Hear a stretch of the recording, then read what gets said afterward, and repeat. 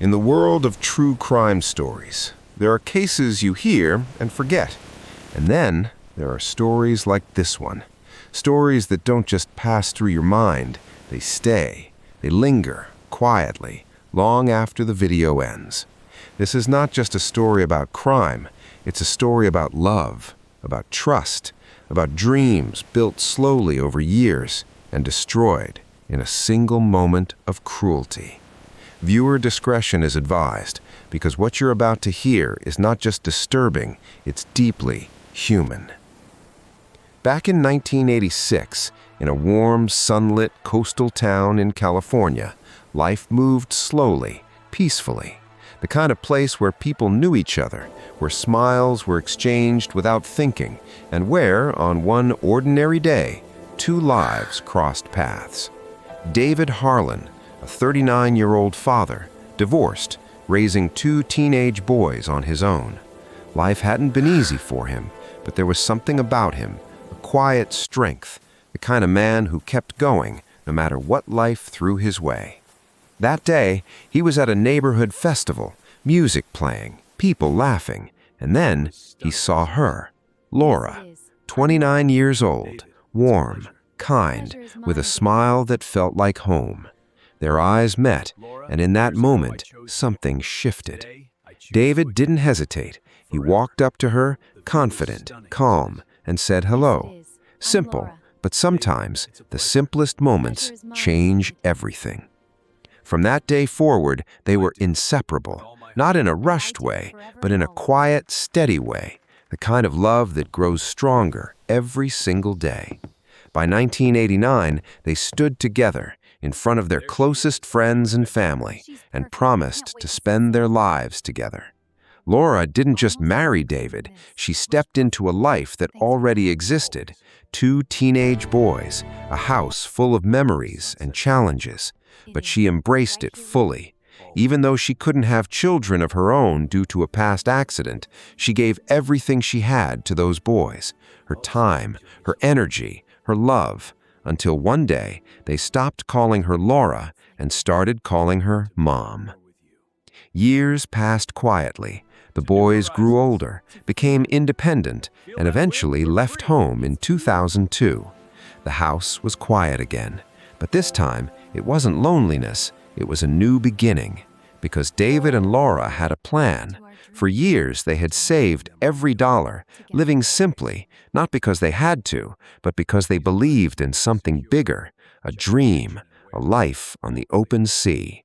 So they sold their home, bought a modest yacht, and named it the Endless Horizon. It wasn't luxurious, but it became their floating home. Mornings with the sound of waves, evenings painted with golden sunsets, days filled with fishing and laughter, and nights under endless starry skies. For 2 years they lived free, peaceful, happy. This was the life they had worked for. But life has a way of changing when you least expect it. One phone call changed everything. Their son was going to have a baby, their first grandchild. And in that moment, something shifted inside Laura. The idea of holding that child, of being there, of being needed again, filled her heart in a way the ocean never could. So they made a decision. It was time to come back. They decided to sell the yacht, move to Arizona, and start a new chapter closer to family. In November 2004, they placed an ad in a fishing magazine, and not long after, a young couple responded, Tyler and Ashley Voss. They seemed normal, friendly, serious buyers. And then they made an offer. Cash. Everything seemed perfect. Too perfect. David and Laura were excited. They called their sons, shared the news, laughed together, talked about the future. But then something changed. Silence.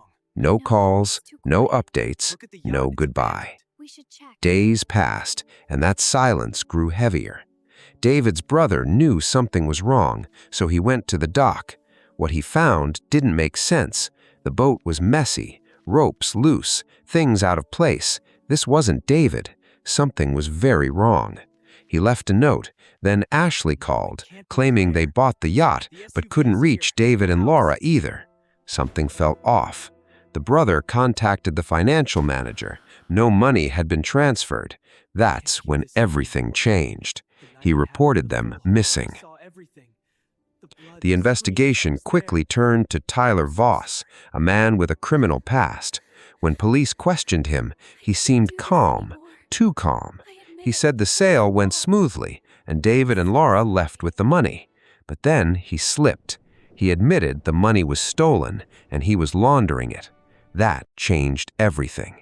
Police dug deeper, spoke to Ashley, the notary, the witness. Their stories matched, but not perfectly. Small cracks began to show.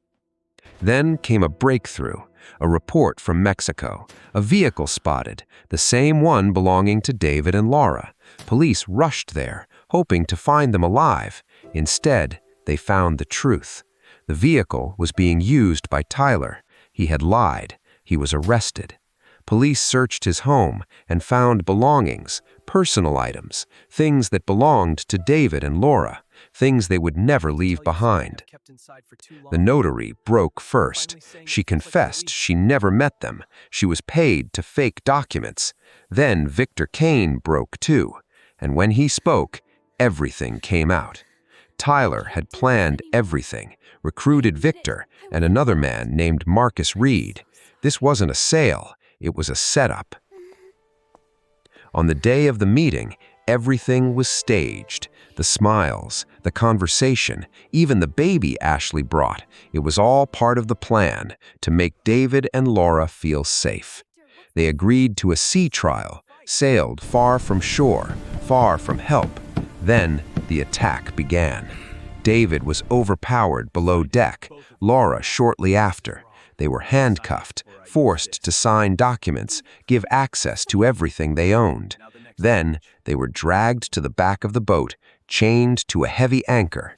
They begged, they cried, but there was no mercy.